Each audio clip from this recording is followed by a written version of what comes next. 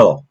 Today we'll go over the changes in the process of downloading a clamp and simplifying it for use inside of Nucleo Fixture version 2023. We'll start out by browsing to McMaster Car and we'll select a clamp. If you have the standard translator package, you'll be downloading a 3D IGES file. We'll simply download the file, save it somewhere where we can get to it,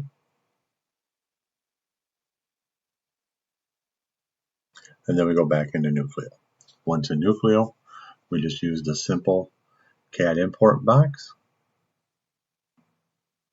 browse to the file location, select our file,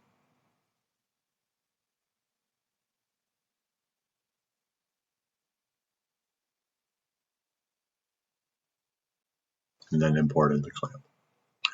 Once the clamp's imported, you simply want to review it, just make sure everything looks correct. Sometimes on these IGES files, you'll get these wire bodies be imported. They're of really no concern. Ideally, our main concern is looking over in the geometry tab that everything there is a solid body, so it has a box around it. There's no sheets. Next, we'll move the plunger down so we have a little bit of adjustment once the clamp is placed. So we just use the transformation command and translate for this. We select the plunger, the threaded rod, select a front position. We'll just use the center of the face. And then this is orientated, so we'll have to move it in the Y negative direction, and we'll move it by 1/4 inch.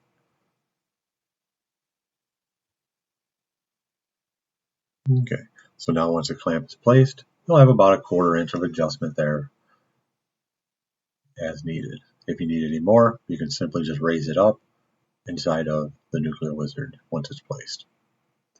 Next, we'll rotate the face to plane, so we'll grab the plunger face, grab all of the solid bodies, and then rotate this and orientate it to the XY plane so that the clamp handle and everything is looking as it would be placed in the software on the fixture.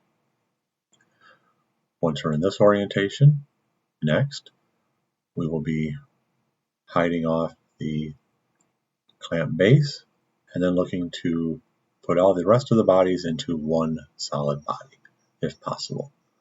Ideally, you'd like to get this down to just as few solid bodies as you can. Once the base is hidden, we will go up to the Edit 3D Geometry tab at the top, and then we'll go to the Boolean operations and select Unite.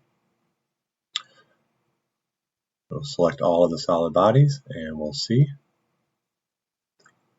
We got lucky on this plant that it was able to do this in one try. Sometimes it does not work. And when that does happen, you'll just have to zoom in, make a few bodies here and there, and then slowly draw in these solid primitives. What this will do is you're just looking to draw in some sort of shape that connects all of the bodies together so that they can be unified. Because when they do not unify, there's a gap or something in there. So we just simply change some values here very easily.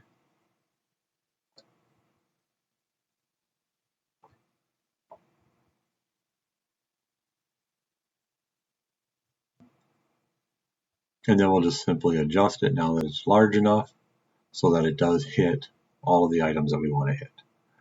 So we can just go over to the position and we'll just drop it in Z just a little bit. And we'll push it in the Y axis back a little bit as well.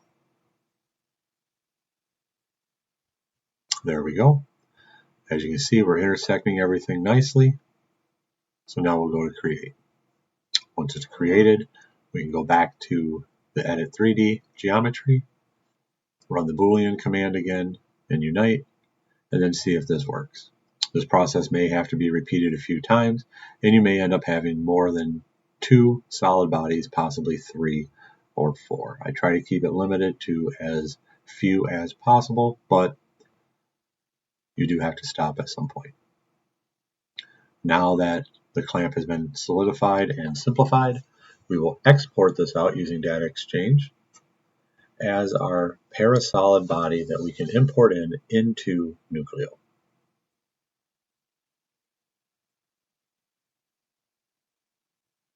So go ahead and select your file type and save. And then we can just open up a new session of Nucleo.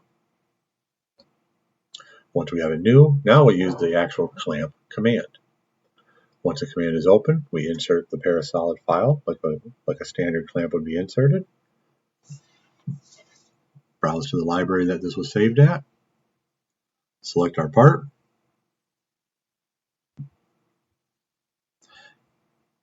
And the main reason for doing this is we need to make sure that the naming convention is correct. So once that's been imported, we just run through the command like normal, select the base of our clamp. But now we have to put in the pivot and vector positions. Those are your points on the face that is going to be used to place the clamp. So we'll zoom in on the plunger. And you're just going to make this in accordance to the direction of the clamp that is going to be applying pressure. So we'll be using the Z-axis, select center of face,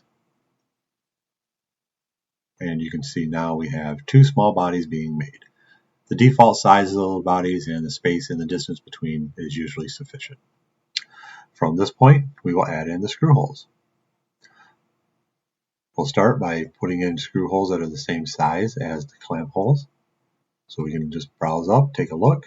Radius is 0.11, so our diameter will be 0.22.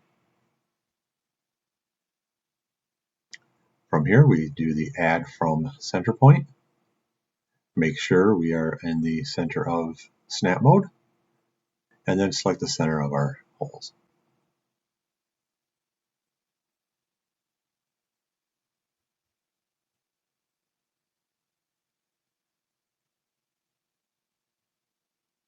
Once the holes are selected, press enter.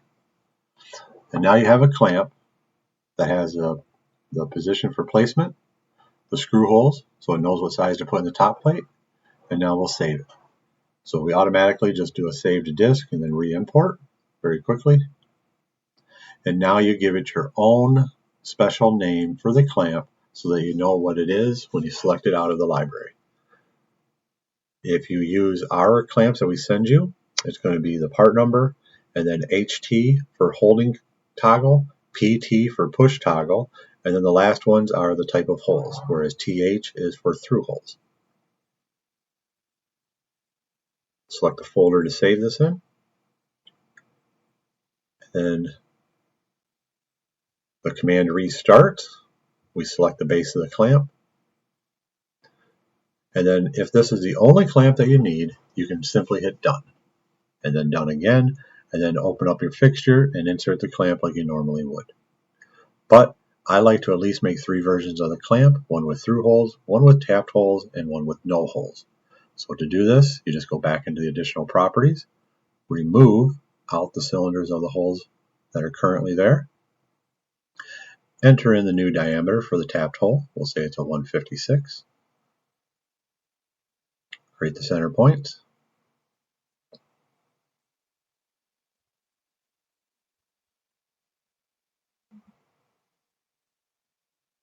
and then save the clamp again. Again, repeats the process, brings up the dialog. Now you give it another name that you want to use.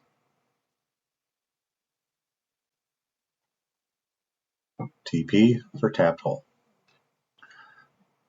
The destination is already pre-selected from the last save. Process repeats again.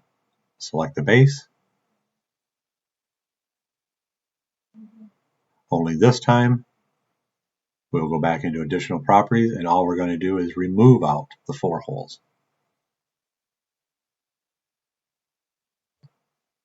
Once the holes are removed, we do another save. Again, same process. Type in the new name. This time will be NH at the end for no holes.